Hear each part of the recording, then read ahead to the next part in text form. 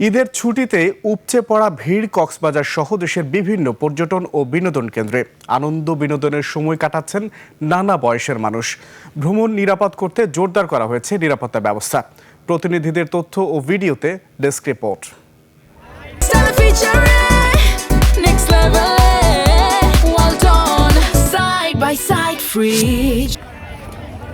ঈদের দ্বিতীয় দিনে কক্সবাজারে পর্যটকের ঢল। ঈদের ছুটিতে সকাল থেকেই সৈকতের কলাতলি, সুগন্ধা, লাবণী সহ সব পয়েন্টে উপচে পড়া ভিড়।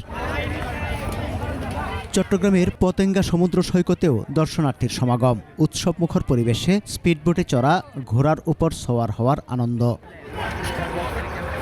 পর্যটকদের ঢল নেমেছে সূর্যোদয় ও সূর্যাস্তের বেলাভূমি পটুয়াখালীর কুয়াকাটায়। সিলেটের জাফলংয়েও ভ্রমণ পিপাসুদের উপচে পড়া ভিড়। জাফলং জিরো পয়েন্ট, চা বাগান, আদিবাসী খাসিয়াপল্লী ঘুরে বেড়াচ্ছেন দর্শনার্থীরা। রাঙামাটিতে প্রিয়জনদের নিয়ে ঝুলন্ত সেতু, পলোয়েল পার্ক, কাপ্তাই হ্রদে নৌভ্রমণ সহ বিভিন্ন বিনোদন কেন্দ্রে ঘুরে বেড়াচ্ছেন পর্যটকরা।